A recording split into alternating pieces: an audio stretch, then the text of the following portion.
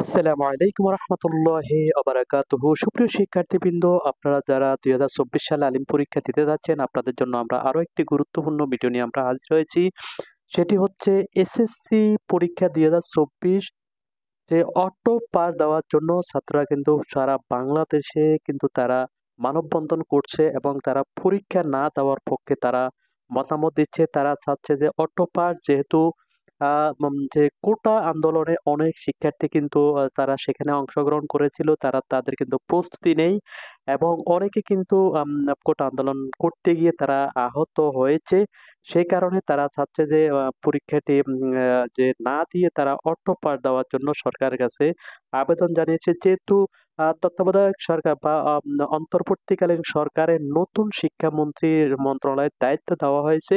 তো তার কাছে তারা আবেদন জানাচ্ছে যে তারা যেন পরীক্ষা উম আ অ অ পরীক্ষার যে রুটিনটি দিয়েছে, পরীক্ষা নেওয়ার যে সিদ্ধান্তটি দিয়েছে যে আগামী সেপ্টেম্বর মাসের ১১ তারিখ থেকে পরীক্ষা নেওয়ার যে রুটিনটি অলরেডি দেওয়া হয়েছে, সেইটি তারা কিন্তু মানছে না। তারা বলছে যে তারা অটো পাঠ চায় এবং তারা সেই পরীক্ষায় অংশগ্রহণ করতে আম ইচ্ছুক নয় এবং অংশগ্রহণ করতে তারা সম্মত নয়।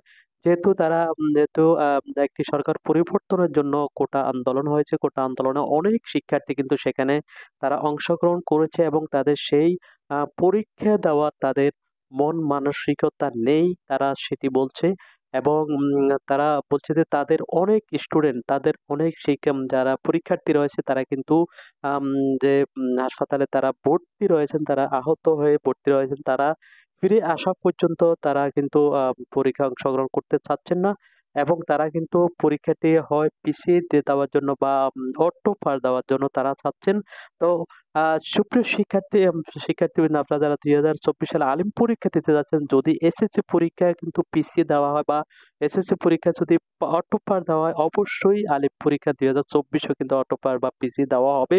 তো আপনারা কিন্তু অটো পাসের পক্ষে যারা অবস্থান করছেন বা যারা অটো পাস চান, তারা প্রত্যেকে কিন্তু কমেন্ট করে জানাবেন এবং প্রত্যেকে কিন্তু লাইক করে আপনারা কিন্তু এটিকে সমর্থন করবেন। তাহলে কিন্তু আ আ আ আপনাদের পক্ষে হয়তো এটি যেতে পারে। তাই প্রত্যেকে কিন্তু অটো পাস কারা চান অবশ্যই কিন্তু আ কমেন্ট করে আমাদেরকে জানিয়ে দিবেন। তারপর যদি কমেন্টের সংখ্যা যদি বেশি হয়, পরবর্তীতে আপনাদের সেই মতামতের ভিত্তিতে আমরা আরো একটি ভিডিও তৈরি করব যে মাদ্রাসার স্টুডেন্ট যারা রয়েছে তারাও কিন্তু অটো পাসের পক্ষে তারা মত দিয়েছে। আপনারা যদি মতামত দেন এবং লাইক, কমেন্ট করেন এবং আপনাদের মতামতগুলো আমাদেরকে জানিয়ে দেন, তাহলে কিন্তু পরবর্তীতে আমরা এটার উপর ভিত্তি করে ভিডিও